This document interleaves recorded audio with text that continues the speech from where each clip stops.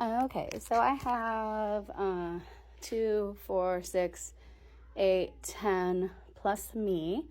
I have 10 kids max in one class and I think 7 in the other. So at each center, these have been used before, obviously, and I am not going to rinse them out because they're mostly clean. This was, I think this might have been from the dryer lint project, actually. Okay, so here's a cleaner one. They have a cup, a bowl, a spoon, a sponge. So the blender, I'm going to blend up the 4 different colors and put them in each of the bowls. And then the kids are going to come up one at a time and scoop a little bit of each color in whatever order they like. They're going to use the bowl to mix it. And then they're going to lay it out on their screen, nice and flat. Take up as much space as they can. And then this is a sponge, and they're going to use the sponge to press, soak up all the extra water, squeeze the sponge out, and they can probably squeeze it back into here after the pulp is on their screen. And then once it's all dry as it can get, they're going to peel it off, put it on a piece of parchment, and then they can carry it home on a paper plate with their piece of parchment here. It'll dry overnight.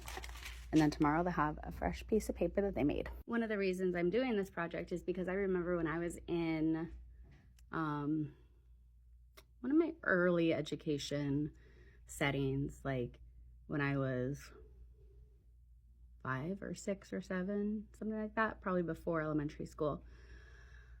We made paper, and I remember how cool the process was. I remember the blender and blending it up, and I thought it was just like a really cool process, and it's one of the ones that I remembered. So a lot of the inspiration I get from the projects that I do with the kids is from my own experience, because I feel like if something I remembered, then these kids are probably going to remember it too, and I want them to go away remembering something and having a good experience with school.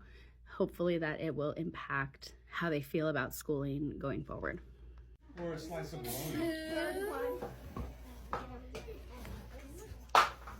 Oh, bummer. Did it all spill? Or did No. Is that the luckiest drop ever? Mm-hmm. Yeah. It's just so lucky. So lucky. 3. There. Cool. I'm making a tiny spoon. Ooh, okay. It didn't land. It landed straight, Let's see. literally like this. One. You're gonna do all orange?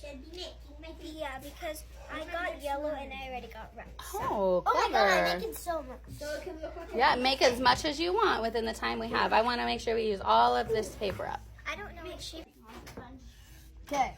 We gotta get more parchment paper, but I think if they just move that to the side, because yours is kind of big, I think you do need another piece of parchment. Do you want to leave this here Yeah, I can leave it and start with. and then start this one? There's too much water in here. Look how wet it is. So you're gonna squish. Oh, and then squeeze your water out. You don't want the water to stay. Okay, guys. So you're gonna press I should use mine. and lift. That's not my bowl. That's my bowl. Oh, that's okay. That's okay. So press. Will be a water bowl then. Yep. I think. Almost. Yep, that's okay. So you want to get as much water out as you And then can. might be using the last one. Okay. to use. Can you use your sponge and get all the leftover water out of there? Okay. Ooh, what shape are you gonna do? I don't know. Not sure yet. I don't think. What shape are you gonna make? I'm trying to make a star. A star. Okay. Good luck. I'm trying to make I'm gonna put all this water.